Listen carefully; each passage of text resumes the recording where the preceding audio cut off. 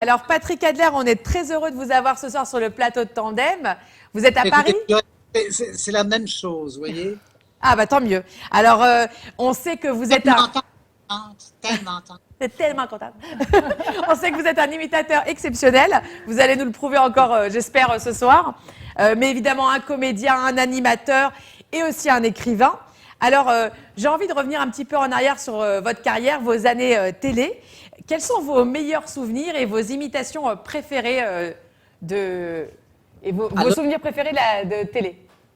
Alors évidemment, comme j'étais prof d'allemand, moi, je vais vous dire quand même que mon meilleur souvenir, c'est la première émission que j'ai faite.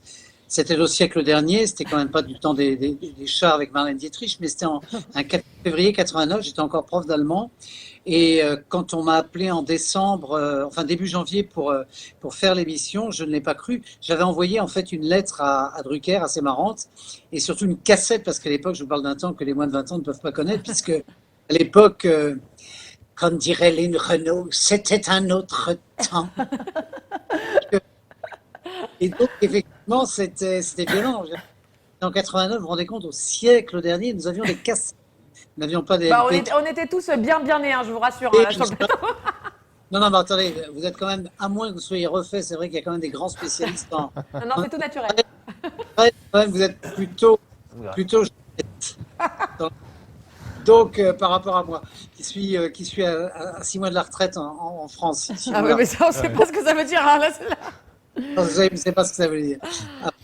Par la retraite de Russie. Et donc, non, j'ai, comment dirais-je, donc j'avais envoyé cette cassette où je faisais effectivement des voix suraiguës, comme Goldman, comme Jimmy Somerville, comme Rose Lawrence, comme Desireless, comme, enfin, beaucoup de femmes. Et on s'est posé des questions par rapport à l'opération, et ben non, il n'y avait rien. J'imitais beaucoup de femmes parce que je m'étais engouffré dans cette brèche qui me paraissait intéressante parce que ça faisait rire, ça faisait peut-être rire plus facilement. Ce qui a été un petit peu compliqué après, parce que quand j'ai voulu embrayer vers le cinéma, on m'a toujours donné des rôles ou d'homosexuels, pas le cas, et, ou alors des rôles extrêmement féminins, et on me disait, vous êtes tellement génial quand vous faites les femmes. Je dis, oui, mais je suis un garçon. L'ADN est formel, je suis un garçon. Et donc c'était sans doute le plus beau souvenir, c'est-à-dire d'arriver face à Michel Drucker, devant un plateau plein. C'était quelle émission à l'époque de Drucker? Il y avait déjà ouais. des gens. Et il y avait déjà tous les pads du qui étaient rassemblés. Et donc, il y avait un ambulateur, il y avait. Donc, je sais pas que je ciblais un public âgé. Et donc, même si à l'époque, j'étais relativement jeune, parce que j'avais 32 ans. Et donc, voilà. Et ça a été un des meilleurs souvenirs, sûrement, c'est ma première télé. Avec évidemment les imitations de Maria Pacôme de l'époque. Oui, mon Dieu. Et après, il y a eu effectivement le premier Olympia avec les ventes. Oh, bah oui, Gisèle.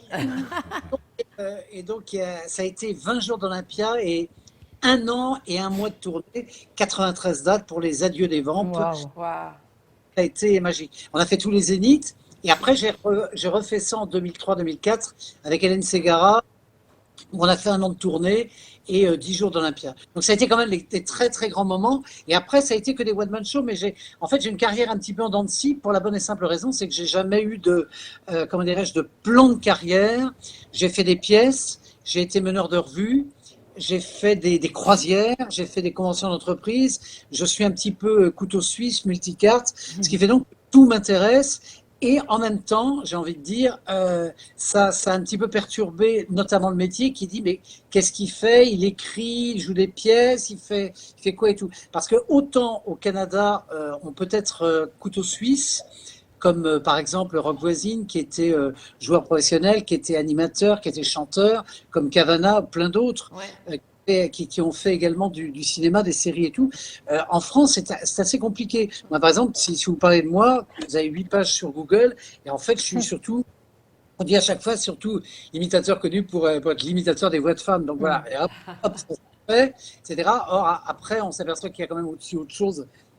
Derrière, j'étais prof 10 ans, donc j'ai quand même autre chose que ce background qui serait spécifique d'un type qui imite les voix de femmes. Mais bon, après, un jour, Michel Leb me disait très justement, il me dit l'essentiel c'est quand même d'exister. Toi, Oui. on dit un truc, ZZ, Maria Pacôme, Les Ventes, Vanessa Paradis, Barbara, etc. Donc voilà, je dis oui, j'en fais tellement d'autres. Je fais donne-moi un boulevard, mes gamins, on se sent bien arrangé. Je fais une sorte de voix comme tous les imitateurs, parce que quand on en fait 20, on en fait 40, quand on en fait 40, on en fait 80, quand on en fait 80, on en fait 200. Je veux dire que c'est Comment est-ce que forcément... vous avez trouvé votre don d'imitation? Comment est-ce que vous avez compris pour la première fois que vous étiez doué dans l'imitation? Alors, je pense qu'il y a un phénomène d'oreille déjà, parce que l'imitateur, c'est ce qu'on appelle une oreille, enfin, c'est un petit peu prétentieux de dire ça, mais c'est ce qu'on appelle une oreille absolue. C'est-à-dire qu'en fait, on enregistre le son et on le reproduit. C'est-à-dire que moi, par exemple, je suis devenu prof de langue parce qu'effectivement, j'entendais bien. En fait, c'est-à-dire que j'étais C'est pas assez un doué. hasard, ouais. C'était pas hasard, j'étais doué en allemand, en anglais, en espagnol, donc je pouvais reproduire. Alors, pour ce qui est du métier en lui-même, du métier d'imitateur, en fait, moi, j'ai eu un parcours, comment dirais-je, d'enfant un peu martyrisé, enfin même Ouais, on pas va un en peu. parler, bien sûr. Ouais. Et donc, du coup, je n'avais qu'un droit à la maison, c'est de la fermer. Autant vous dire qu'à l'extérieur, je l'ouvrais. Donc, j'étais plutôt un enfant assez dissipé en classe. Les profs disaient, heureusement qu'il travaille bien, parce il est très fatigant, il faut toujours qu'il la ramène et tout. Donc, je faisais ce qu'on appelle, c'est marrant cette expression, parce que c'est un peu l'expression de ma grand-mère, je faisais mon intéressant. Ouais. Et du coup, en cours, j'étais très fatigant. Et comment être populaire? Il n'y avait rien de mieux pour être populaire que de singer les autres, d'imiter les De profs et faire tout. rire. Et du coup, ça faisait rire mes copains. Et peu à peu, évidemment, le phénomène a été éventé. Donc en fin d'année, on a dit Patrick, Patrick. Évidemment, à la fête de fin d'année, il a bien fallu que je m'exécute. Sauf que par les profs l'année d'après, ils savaient tous que je les imitais. Et c'est commencé à être un petit peu populaire comme ça. Et c'est marrant parce que j'ai revu des copains de classe un jour qui m'ont dit, mais c'était évident pour nous, même si tu as été prof 9 ans, il était évident pour nous qu'un jour tu ferais de la scène. Parce que j'avais déjà ça en moi. Et après, effectivement, c'est un phénomène de tessiture. C'est-à-dire que comme je suis ténor, j'ai fait du chant classique et j'ai plutôt une voix claire et à la fois cassée, ce qui m'a permis d'imiter, par exemple, des gens comme Stéphane Echer, et Gabriel Robin, comme Pierre Balmain, comme ça. Donc, je suis plutôt bon dans ce qu'on appelle les voix cassées, les voix plutôt aiguës, comme Goldman, comme Ah, vous beaucoup êtes comme. obligé de nous faire un petit Goldman parce qu'il y a le producteur là qui est en régie et qui est fan absolu de Goldman. Donc je ne peux pas ne pas vous demander de le On faire. va le tuer, on va le tuer.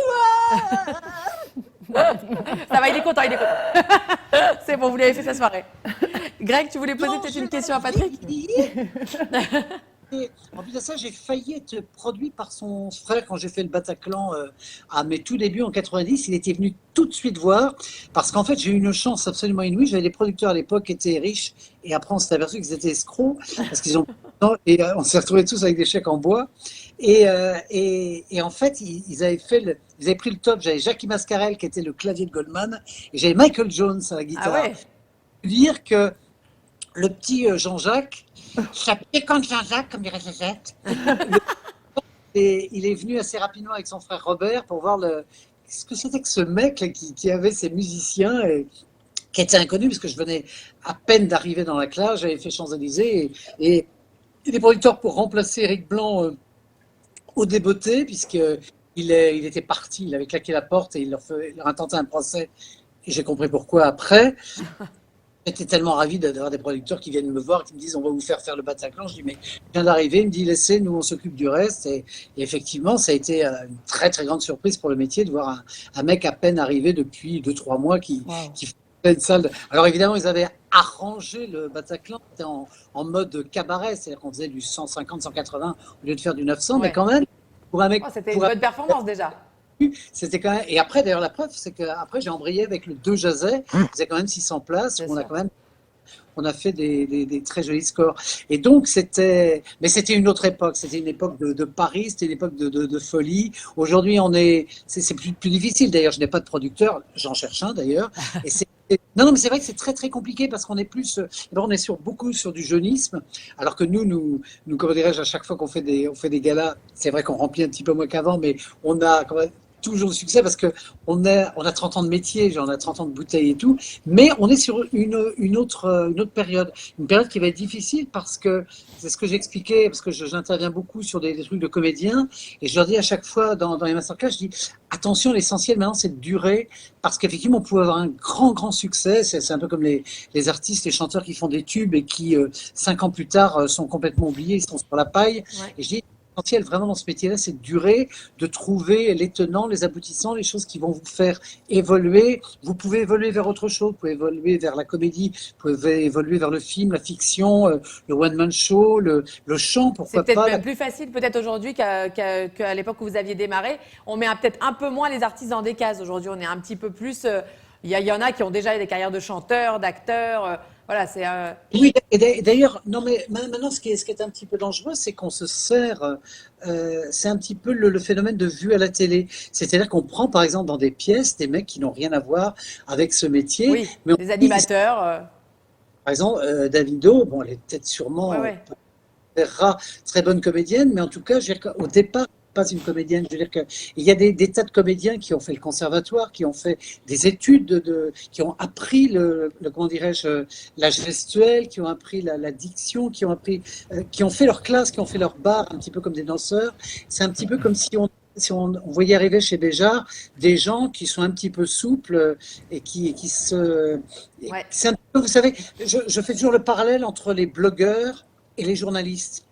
Un type qui a fait une école de journalisme, c'est quand même 3 ans, et en général, c'est sanctionné par un diplôme. Et avant de faire l'école de journalisme, il a fait soit une licence d'éco, soit une licence d'histoire géo, soit Sciences Po. Je veux dire, c'est quand même des formations. Or, aujourd'hui, vu à la télé, par exemple, Norbert le pâtissier, il fait du théâtre aujourd'hui. Ouais. Alors, dès lors, moi j'ai vu par exemple dernièrement ma copine Grâce de Capitani jouer avec un type épouvantable qui s'appelait Massimo Garcia, Oh là là, qui oui. est en plus il pissait dans ses couches. Et donc, Ah, il y a des scoops ce soir. elle m'a dit c'était épouvantable, c'était peace and love, mais dans les sens. Et donc, non, c'était parce qu'on prend un peu ça parce qu'il Oui, pour il la est connu. célébrité, finalement, ça passe avant. Donc, on se retrouve La avec notoriété. comment dirais-je, un format, comment dirais-je, un peu loft, ou en tout cas euh, télé-réalité dans les théâtres et dans Ouais. les films. Il y a de très bonnes surprises. Il y a des gens qui Oui, avaient oui, bien jamais. sûr. Il y a des gens qui sont compétents là-dedans. Oui, Oui, il y en c'est a. ça. Il y en a qui se Vous révèlent. prenez, moi je prends Moscato par exemple, qui faisait du rugby toute sa vie. Il a une émission de radio où il est Oui, oui. exceptionnel. C'est Son vrai. spectacle C'est est vrai. aussi drôle, donc c'est quelqu'un Oui, il y en qui a qui- arrive il y en à a qui- revenir. La nature. Je pense également à Vanessa Paradis, qui a 15 Bien ans sûr. n'avait jamais fait de truc, qui a fait Noces Blanches, qui s'est une redoutable actrice et qui aujourd'hui le prouve encore, qui est formidable. Il y a des gens comme ça, il y a des vraies natures, il y a des gens qui sont arrivés, mais par effraction. Je veux dire qu'il y a Ouais. Dominique Besnéard, que tout le monde connaît, qui fait un garçon, me racontait que quand il a rencontré Stanislas Mérard, il était pianiste dans un hôtel. Et il a flashé sur ce garçon et il lui a fait faire des nettoyages à sec. Enfin, au sens. Oui. Donc, C'est pas bref. drôle, celle-là. Eh ben, elle te plaît celle-là, Johan. Hein. bref, il l'a nettoyé à sec, ce qui lui a fait du liquide à l'arrivée. Et donc, le garçon était meilleur espoir masculin. Il n'avait jamais touché, Ouais. il n'avait jamais regardé une caméra, etc. Sauf que Besnéard, qui est un très grand malin et surtout un véritable nez dans ce métier, j'ai tout de suite découvert que derrière ce personnage un petit peu effacé se cachait un être intéressant pour la caméra. Donc il y a plein de trucs. Mais aujourd'hui, on est dans une espèce de mélange des genres. On va. Moi, parfois, ça m'inquiète un peu. Alors, les jeunes, comme ils sont un petit peu plus malléables, ça va aller pour eux. Le problème, c'est que est-ce qu'on va vers des carrières comme il y a eu des carrières comme Julien Clerc de 50 ans. Je vois tous les jours, par exemple, j'ai vu qu'il y avait une tournée avec Ouais, de bien sûr. de carrière. Et moi, je me dis, mais est-ce qu'ils vont tenir? Est-ce que dans cette génération du zapping et de la haute voltige, je veux dire on va réussir à les tenir encore dans ce grand cirque, dans ce grand barnum qu'est le show business. Alors, je passe la parole à Greg à côté de moi qui a une question à vous poser. Bonsoir. Petite question, Règle. combien de temps Ça, comme vous êtes loin, je vous vois pas. je veux que je C'est m'approche. celui-là. Le milieu, d'accord. Oui, parce qu'il y a deux filles, donc ça doit être lui. Oui. Voilà. Il y en a un autre là. Il y a deux personnes. c'est Oh, ça. on est en parité totale. Oui, vous êtes en parité totale. Voilà. Ma question est de savoir combien de temps ça vous prend pour arriver à une imitation d'un personnage en fait. Combien d'heures de visionnage, d'écoute c'est la première partie de question. Et ma deuxième partie de question, c'est comment vous faisiez à l'époque pré-internet, parce qu'aujourd'hui c'est facile de visualiser. Soyez généreux et ne soyez pas insultants. J'ai 62 ans dans 2 mois. Je n'ai pas connu les frères Lumière, donc l'État n'était pas mon ami. Donc, non, mais vous savez, on marche. Vous marchez aux yeux, moi je marche à l'oreille. Un peu comme Gilbert Montagnier. Donc, quand on n'a plus que ça. Non, mais ça. Alors, et moi, je ne peux pas dire que je me suis enregistré là. Non, c'est vrai que je vois mes copains parce que j'ai visionné un petit peu Yann Jamais, qui ressemble à un notaire de province et qui fait des imitations formidables. Mais lui, je sais qu'il travaille comme ça. Moi, je ne travaille pas comme ça. C'est-à-dire que par exemple, pour Benoît Poulvorde, ça m'amusait beaucoup. Je vais vous expliquer, par exemple, le cas de Maria Paco. Au départ, j'imitais Claude Pieplu. Les Shadok et les Jibi voulaient transformer la Terre. Un jour, j'ai un copain qui m'a dit, c'est marrant, tu le ferais féminin, avec tes yeux, ça serait plus Maria Paco. Mais je vais, mon chéri, je sais pas si j'y arriverai un jour. De là, il m'a dit, putain, et en fait, les gens dans la rue, ça devenait gênant à un moment.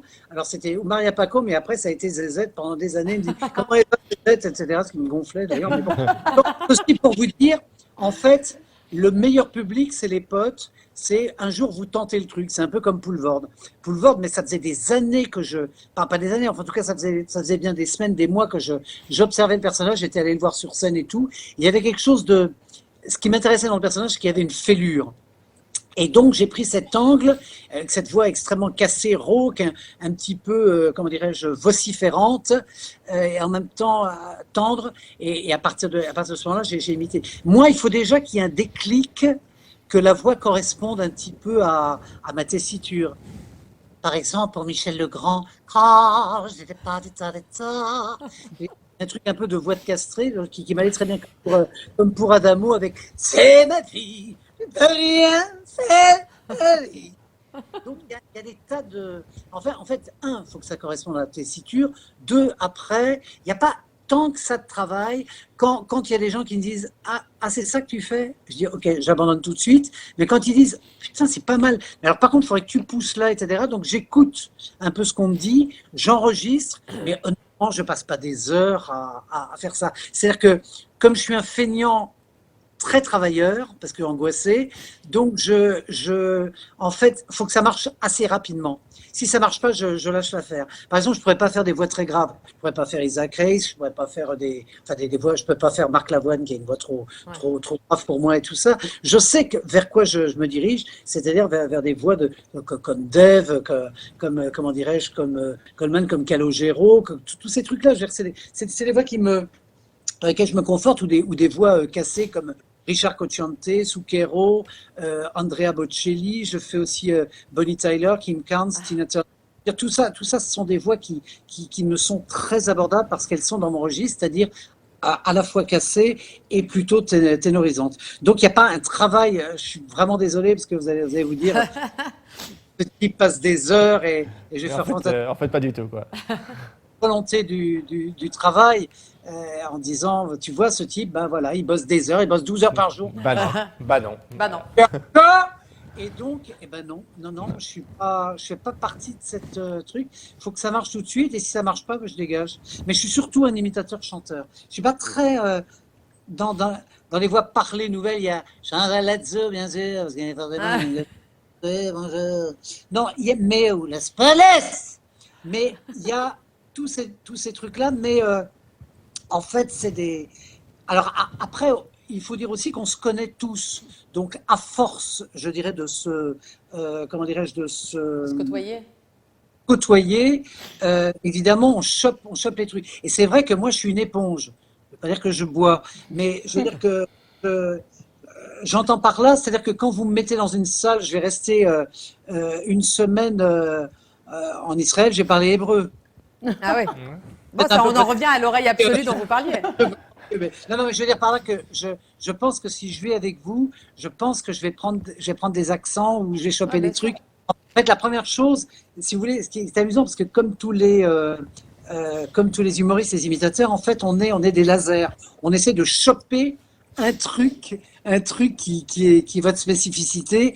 Et par exemple, quand j'ai été appelé pour faire les Molières en 2000 pour imiter Dominique Besnéard, et il est venu me voir en spectacle, il me dit mais c'est épouvantable, enfin, ce qu'il vient de me faire. Et en fait, j'étais très lent comme ça, comme ça. En plus, j'arrivais bedonnant et tout. Et j'ai dit oui, mais quand je t'ai vu, puis moi j'étais tellement fasciné parce que je l'avais rencontré au hammam de la mosquée. Et un jour, j'avais vu, il me faisait penser à un centurion, etc. Et il était entouré déjà de jeunes talents. Et moi, je le regardais parce que c'est pas aux vieilles putes qu'on apprend à faire des passes. J'ai quand même un malin qui me dit vous aimez les hammams, je dis autant que vous. Et pas pour les mêmes raisons, mais bon, on ne sait jamais. On y trouve le sien. Et donc, vous comprenez pourquoi on ne me prend plus?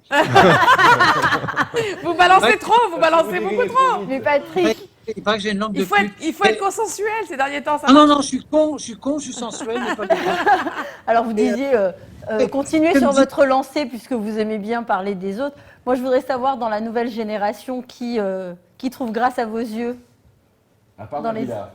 Il n'y en a pas beaucoup. Il n'y a pas beaucoup de jeunes imitateurs. Il y a Ah non, les jeunes imitateurs. Si, ben moi j'ai un copain, c'est, comment dirais-je, c'est Grégorio. que je trouve Grégorio. Oui, Ah, voilà. ouais. Mais à part lui, il n'y en a pas d'autres. Non, Enfin, mais c'est. Il y a Marc-Antoine Lebray qui est très bien, Ouais, il sauf est qu'il bien. a d'une tongue. Et il a sauf pas que, fait. sauf que, j'ai pas, on n'a pas entendu. sauf- Non, c'est-à-dire que sur scène, je trouve pas bien. Ah. Je trouve formidable les voix. À Je la radio, trouve- à la télé, il passe. Je trouve génial. Je trouve génial ces passages télé parce que c'est un mec pour moi de radio et de trucs. Il marche très très bien sur scène parce qu'il a beaucoup de succès. Je l'ai vu sur scène, j'étais un peu déçu. Le seul qui trouve vraiment, enfin les deux seuls qui trouvent grâce à mes yeux vraiment, Gérard. c'est Gérard. Ah que je trouve Ah ouais. oui, enfin, c'est pas la nouvelle Ouais, génération. c'est pas vraiment la Gérard. nouvelle génération. Hein. Mais taisez-vous. C'est quoi 55 ans, c'est la première. Non, mais d'accord, mais donc c'est votre génération. On parle des plus jeunes là. Cette génération, il n'y en a pas. Il y a Marc-Antoine Lebray, c'est tout. Enfin, je veux dire qu'il y a dans ce qu'on appelle les jeunes. Par contre, chez les comiques, il y a des vrais grands talents. J'ai vu j'ai vu Ahmed Silla, que je Ah trouve ouais, formidable, extraordinaire. qui est très, très intéressant. Je veux dire qu'il y en a plein. Je veux dire que ça, sur les Il y a une jeunes, vraie émergence des comiques. émergence de comiques. Il y a mon pote Pierre-Emmanuel Barré, qui est bien plus barré que Ouais. moi encore. Je veux dire qu'il y a- non, il y a Blanche Gardin, il y a des. Ouais. Non, mais il y a des. Mais chez les imitateurs, c'est vrai qu'il n'y a pas beaucoup, honnêtement, il n'y a pas beaucoup. C'est vrai qu'il en pleut on en connaît plein et tout, mais il y en a plein qui sont un peu fonctionnaires. C'est le cas de mon camarade Yann Jamet, qui est au Don Camillo, qui fait ses galas, etc. C'est un côté un peu fonctionnaire. Et ce que je trouve très intéressant, moi, c'est les gens qui sortent un petit peu du lot. Et c'est vrai que Marc-Antoine Lebray, là-dessus, il a fait très fort parce qu'il a commencé à radio, après il a fait Ruquier, après il a fait tout. Il est arrivé avec des imitations extrêmement originales. Oui, il était chez Hanouna pendant quelques années. Oui, c'est ça. Mais pour le reste, c'est vrai que moi, j'en ai pas trouvé. Enfin, en tout cas, il n'y en a pas un qui aujourd'hui fait que je me dise ah là là et tout. Et puis de toute façon, c'est vrai que moi, dans mon domaine, personne m'a piqué Les voix de grosses- femmes. Ouais. Ah oui. Donc, Ah, Patrick, donc j'ai je envie- reste, je j'ai envie crèverai de- avec. Bon, le problème, c'est que peu à peu, elle meurt. Mais bon, Bah, justement, vous nous les faites revivre, c'est pas mal. oui, c'est bien. Mais c'est Louvain à l'époque, et quand je faisais Croisille à l'époque à la perfection, parce que maintenant, avec la bouche qu'elle a, elle chante moins. Mais non, elle a trop avalé d'air. Et donc, la colonne. Donc, j'espère que vous couperez au montage. Non, Non, bah, Et, c'est pas. Rien. On Rien va ne tout garder, sort. c'est On trop garde court là. tout. C'est Mais que ces moments-là, c'est de voilà. leur embarras que vous J'ai nous donnez. On va- j'ai des copains qui s'appellent les Chevaliers du Fiel qui me Oui. disent Ouais. qu'est-ce que t'es drôle quand tu balances. Ah ouais. Alors pour le reste, quand il voit mon spectacle, il me dit c'est hyper propre, c'est marrant, ça casse un peu, mais putain, mais tu casses tellement bien dans la vie, mais pourquoi tu casses pas? Écoute, il y a eu les gilets jaunes, il y a les mouvements syndicaux. Je veux dire, si je veux encore faire des galas quelques années, je peux ne pas être approché si je veux pas me faire attaquer. J'ai- Et j'ai- Patrick, il dégage de vous, franchement, je pense qu'on est tous d'accord sur le plateau, tous les quatre, énormément d'énergie, énormément de positivité communicative. Et pour revenir un petit peu au livre que vous avez écrit, vous en avez parlé vaguement tout à l'heure. Ça, c'est... Bah oui, vous avez certainement une résilience, comme ont souvent les enfants. Vous avez parlé un petit peu justement de de l'envie de s'exprimer à l'extérieur parce que vous étiez brimé à l'intérieur. Et donc dans ce livre, vous êtes revenu sur votre enfance maltraitée, sur un papa qui revenait de la guerre d'Algérie. Enfin, d'abord un enfant choyé par sa mère, sa grand-mère, sa tante, et puis subitement. Il m'a sauvé. C'est ce qui m'a sauvé parce que Dolto disait que tout se passe dans les 3 premières années. J'ai eu cette chance inouïe et c'est ce qui fait que je suis un garçon heureux aujourd'hui. Mais l'autre jour, vous savez, j'ai fait un truc formidable. J'ai fait un lapsus et j'ai un copain qui m'a dit putain, mais ça te ressemble tellement bien. J'ai dit mais tu sais, parce qu'il me dit ce qui est vachement agréable avec toi, c'est que tu as toujours le sourire. J'ai dit tu sais, j'ai un très très gros chagrin d'amour aujourd'hui qui est très très lourd à supporter. Et j'ai dit tu sais, j'ai des failles parfois je tombe, parfois je suis triste, parfois je pleure. C'est assez rare, mais je dis mais dernièrement ça a été très très douloureux et tout. Et j'ai dit tu sais, au fond, je suis quand même un mélancolique, colique. Putain, et il m'a dit putain, mais c'est la vraie définition. Ouais. Parce que lui, il connaît mon passé, il sait que j'ai eu une fêlure, voire une fracture dans mon enfance, et c'est ce qui fait qu'après j'ai voulu passer outre tout. C'est-à-dire que j'ai fait des... Mais en fait, je me suis débrouillé tout seul. J'ai fait des études tout seul. J'étais prof, etc. Comment ça s'appelle? J'ai fait ce métier-là tout seul. J'ai pas, honnêtement, je suis pas un enfant de la balle. J'ai pas été aidé. J'ai eu une chance absolument inouïe. C'est du fait de mon énergie de trouver toujours des gens qui étaient, comment dirais-je, à mes côtés. Le gros problème de mon énergie c'est que, comment dirais-je, je fais très peur. Non, bien sûr. Par exemple, je demandais un jour à Stéphane Bern pourquoi il ne m'avait pas pris dans son émission alors qu'il m'adore et qu'il comme ça, il m'a dit parce que je crains le pire à chaque fois. Alors que je suis quelqu'un d'extrêmement policé. Mais ça manque peut-être aujourd'hui un peu à la télé d'avoir un petit peu de... Il y a des mecs comme Bigard, mais moi je me gratte pas les couilles, je dis pas. Oui, mais voilà. Et je fous pas des t-shirts avec allez tous vous faire enculer. J'ai beaucoup de mal avec ça. C'est quelqu'un. Ouais. C'est quelqu'un vraiment pour qui j'ai une affection, mais vraiment sans borne, parce que c'est un mec qui aide énormément les jeunes. Oui, c'est un mec qui est un bon gars en plus. C'est vraiment un bon gars. C'est vraiment un mec Ouais. absolument super. Mais alors, ses à côté, en prenant la révolution, l'insurrection en France, les t-shirts, allez tous vous faire enculer. Je peux pas ça. Je suis trop bien élevé. Enfin, j'ai pas été conçu pour foutre la merde. C'est pas mon truc. Voilà, j'aime l'ordre. En plus de ça, je suis un ex-prof d'allemand, donc je suis un mec qui aime l'ordre. Non, mais c'est vrai. C'est mon côté. Ausweis! Ah, c'est moi la Valérie, la bourde, elle est en 40! Ausweis! On donne les papiers! C'était Junio, mais non. Oui, on l'a reconnu. Et donc. Papy fait de la résistance. Ceci pour vous dire que. De toute façon, il n'y a pas de hasard. Si vous avez envie d'être sur scène, si vous avez envie de faire votre intéressant, si vous avez envie d'avoir les regards projetés sur vous, vous faites de la scène. Et c'est jamais un hasard si les gens qui ont une fêlure au départ, c'est le cas de Poulvord, parce que Poulvord, je sais qu'il passe souvent, c'est un grand dépressif, lui. Il est très souvent en maison. Ouais. C'est fou. On le sait, mais c'est un peu comme Zouk à l'époque ou Sylvie Joly. Ouais. On est quand même très, très fragilisé par ça. Et alors la contrepartie, je veux dire que c'est difficile à vivre aussi bien dans le couple parce que nous on est. Moi, je sais que j'ai été prof, j'ai été directeur de colo, j'étais animateur de colo, etc. Donc, moi, je suis un mec extraordinaire en groupe. D'ailleurs, les fois où j'ai le mieux marché, c'était quand je faisais la classe, les bons génies, ou rien à cirer, etc. Quand je suis dans le groupe, je suis extraordinaire parce que je suis dans mon élément. Quand je suis à deux, c'est très compliqué. Et quand je suis seul, j'aurais tendance à être un peu mélancolique. Donc, effectivement, je fais du one-man show, je suis seul avec mon public, mais après, comme on dit toujours, c'est l'histoire du clown qui rentre dans sa loge et qui qui dit bon, j'ai eu plein de bisous, j'ai eu des cadeaux, j'ai eu des fleurs, etc. Et tout, mais je suis quand même très seul et tout. Et est-ce que ce livre, finalement, il vous a libéré? Pourquoi vous avez choisi de l'écrire l'année dernière? Ah, parce que ce livre était une. D'abord, j'ai attendu que mon père fût mort. Il est mort il y a 20 ans. J'ai eu très longtemps. Et puis, vous savez, c'est très compliqué parce que l'histoire a été romancée pour la bonne et simple raison, c'est que j'ai encore ma mère, j'ai mes frères, dont un ne l'a pas lu. Et Oui, oui, parce que mais- c'est peut-être important de préciser pour les gens qui nous écoutent et qui nous regardent, c'est que vous avez été dans la fratrie le seul à être maltraité par votre père. Alors en fait, pour faire très court, mon père était marié, ma mère ne le savait pas, il rencontre ma mère, tac tac, le premier coup était le bon, je suis né. Mon père, entre-temps, part, puisqu'il était à l'armée, il part comment dirais-je, il part en Algérie faire la guerre en Algérie, et ma mère, puisqu'il lui avait donné son adresse, comme un crétin, ce qui était vraiment un acte manqué, lui envoie une lettre lui disant qu'elle était enceinte. Et la femme, puisqu'il était marié, son père l'avait marié très jeune parce qu'il commençait à faire des conneries, parce qu'en fait il était en droit mais il faisait tout de travers et il passait son temps à draguer les filles et parce que c'était un assez beau gosse à l'époque, il avait les cheveux poivre et sel, donc il faisait, enfin bref. Et donc ma mère lui écrit ça, la femme intercepte la lettre, conseil de famille, blablabla, divorce prononcé à la va-vite, et ma mère qui elle-même était issue d'une mère dont le mari était parti chercher des clopes et n'était jamais revenu. Et la grand-mère avait fait le même coup, donc elle voulait absolument pas, à son tour, devenir ce qu'on appelait avec inélégance à l'époque une fille-mère, Ouais. c'est-à-dire célibataire. Et ma mère avait toujours dit mes enfants porteront le nom de leur père.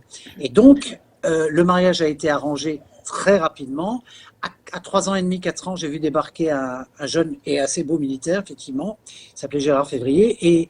Et à partir de là, ça a été vipère au point, le combat entre Brasse-Bouillon et Folcoche. Oh là là. Waouh.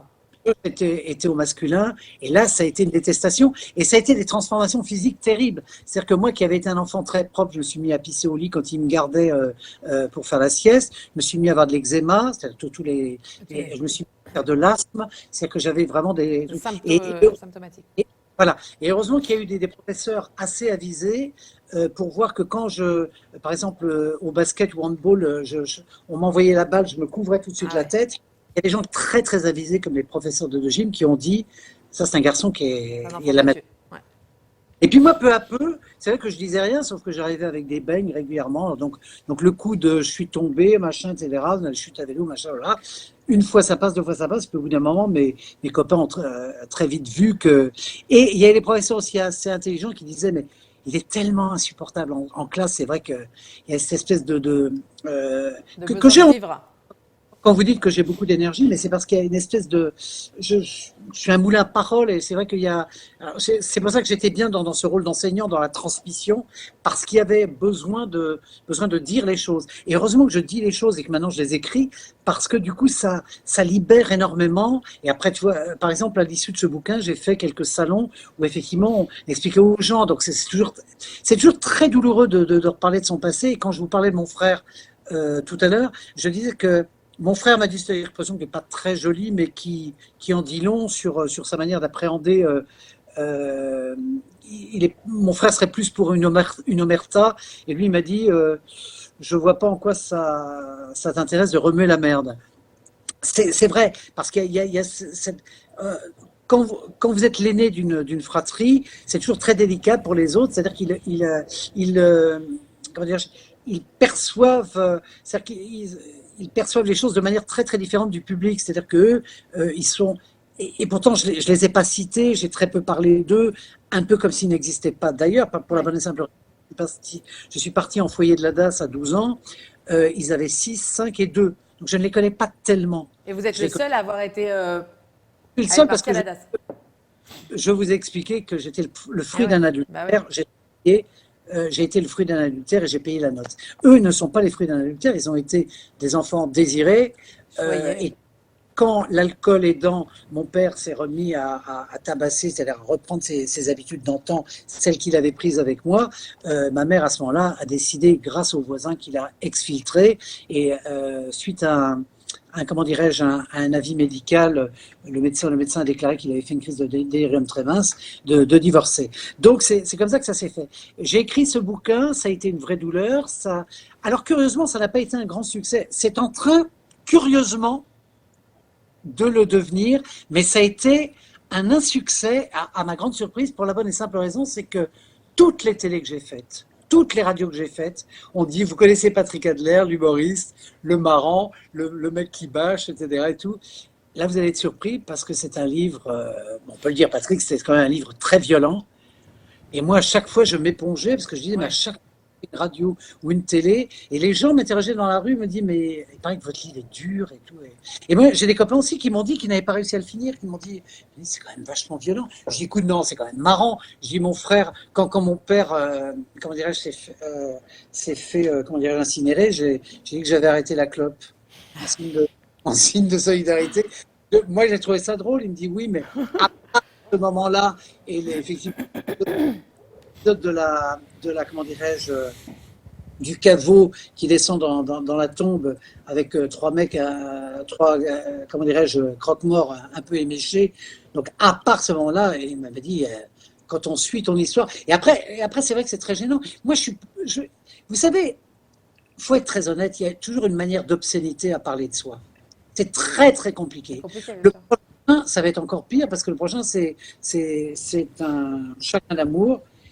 S'appelle Tout donner, et là c'est pas très, et je me suis vraiment posé la question de savoir pourquoi moi qui écris des textes comiques, qui excelle plutôt dans ce genre-là où je peux charrier, bâcher et tout cela, on s'est demandé, j'ai dit mais comment se fait-il qu'il y ait une telle urgence à parler parfois de choses graves et à les décrire par le menu avec force détail, force douleur, parce que forcément c'est ça qui... Moi je peux pas faire autrement que... Oui, c'est ce qui domine à cette période. Voilà, c'est ça. Et du coup, je me suis vraiment posé beaucoup de questions, parce que moi j'ai un bouquin qui est en préparation, qui est un truc un peu plus drôle, mais sauf que là, le deuxième, il est obligatoire. Pour moi, il est obligatoire. Et quand je vous disais que le premier n'a pas été un grand succès, il est en train, depuis Noël... La responsable de l'édition m'avait dit, écoute, bizarrement, il aura mis longtemps à décoller, mais subitement il décolle, parce qu'on se dit, et c'est marrant, parce que si vous voulez, tout à coup, il y a eu une espèce d'engouement pour ce mec qui est plutôt, paraît-il, marrant et sympa, c'est moi, et en fait les gens se disent, mais qu'est-ce qui se passe, qu'est-ce qu'il nous a fait là ? Certainement que le contraste entre les deux aussi questionne le lecteur. Ça, avec force, avec tambours et trompettes, et les matins sur 4 minutes, et voir des images et des matchs et tout, on se dit c'est un bouquin sur Auschwitz, quoi. Donc c'est pas très bon. En tout cas, nous, on a quand même envie de recommander votre livre. Je rappelle qu'il s'appelle Un père et passe, et que vraiment c'est une lecture. C'est certainement ce genre de livres qui sont nécessaires pour voir ce que le côté de l'enfance maltraitée, et pour voir aussi la résilience quand on vous voit aujourd'hui avec toute cette énergie et tout ce que vous dégagez. Donc c'est quand même des livres importants, et c'est important que même que des gens comme vous les écrivent, puisque finalement c'est un message très positif à la fin. C'est le résultat d'une résilience, parce que c'est quoi la résilience ? C'est faire d'une faiblesse de départ une force à l'arrivée. Absolument. J'ai failli d'ailleurs l'envoyer à Brigitte Macron, parce qu'elle non, c'est vrai, non pas pour son mari, mais pour... Je pense pas qu'il ait été battu. Mais non, mais pas parce qu'elle s'intéresse énormément aux problèmes de l'enfance et tout.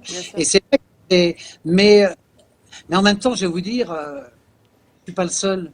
Non, mais d'ailleurs, la parole se délie tout doucement auprès des... La parole libère. Ouais. Mais moi, j'ai d'avoir la parole d'un homme public, mais quand je vois, quand j'entends les histoires autour de moi, y compris de gens connus. Bien sûr, bien sûr. Ah la vache, toi aussi, oui, c'est. Ouais. Oui, par exemple Thierry Beccaro, personne ne savait. Bien sûr, mais bien sûr. Un bouquin là-dessus. Stéphane Bern, justement, vous en parliez. Ouais, c'est violent. Ouais. Bon, lui, il en rigole pas par rapport à vous, qui le prenez un peu, qui en parlait ouvertement. Lui, il le vit mal, encore. Quand il le raconte, ça lui pèse encore. Bah oui, c'est pour ça qu'il est triste. Ouais. Il a tiré des boules toute sa vie. Je pense que c'est une bonne façon de conclure. C'est un qui s'apparente plus à un chemin de croix. Le mec il fouille dans son passé, il fouille dans les boules. Bon, Je comprends. On n'a pas le même métier. Je veux dire, Motus, Motus. Non, mais c'est vrai qu'en Puis il a plus quand de même ça, eu une émission pendant 30 ans qui s'appelait Motus, donc voilà, C'est ça. comme Jennifer après. c'est pour ça que je vous dis. Motus, bah oui, et bouche cousue, du coup, il l'a Ouais. ouvert à la fin. Non, non, mais c'est intéressant, mais en même temps, c'est vrai qu'il y a chez ce garçon, quand vous le regardez bien, une manière de tristesse quand même, quand on. Oui, oui, C'est ce que je absolument. dis. Absolument. C'est pas, Ça lui plaise encore, lui. c'est pas Hanouna, comment dirais-je, Ouais. l'animateur de Bar Mitzvah, mais En tous les cas, Patrick, on a été vraiment très heureux de vous avoir ce soir sur le plateau. C'était un enchantement. On a tous, on a été émus. En même temps, on a rigolé. Ça fait plaisir de vous voir. On vous On a souhaite tout bu le vos meilleur. paroles. Voilà. On vous j'ai souhaite- bien fait de venir, hein. Ouais, bah, nous aussi. Hein. On vous souhaite tout le meilleur pour 2020. On espère Merci à vous vous. revoir bientôt en tournée. Et puis pourquoi pas ici? Et pourquoi pas en Israël. Parce que vous savez que je ne connais même pas, c'est affreux. Eh ben, il faut venir. Voilà. On vous invite sur le plateau de Tandem quand vous voulez. Sur le plateau de Tandem, on ira. Et même à visiter pour manger quelque chose aussi chez nous. Ah oui, alors on a le chef à côté de nous. Hein. C'est le chef de chez Tandem. Alors il vous fera un bon petit plat. Ah, bah ça, c'est très bien. Voilà. J'aime Bah, bien. si avec tout ça vous venez pas, je peux rien faire de plus. Hein. En tout cas, merci infiniment pour votre temps. Bonne continuation et à Vous très en- bientôt. À bientôt. Merci Au revoir, Patrick. Au revoir.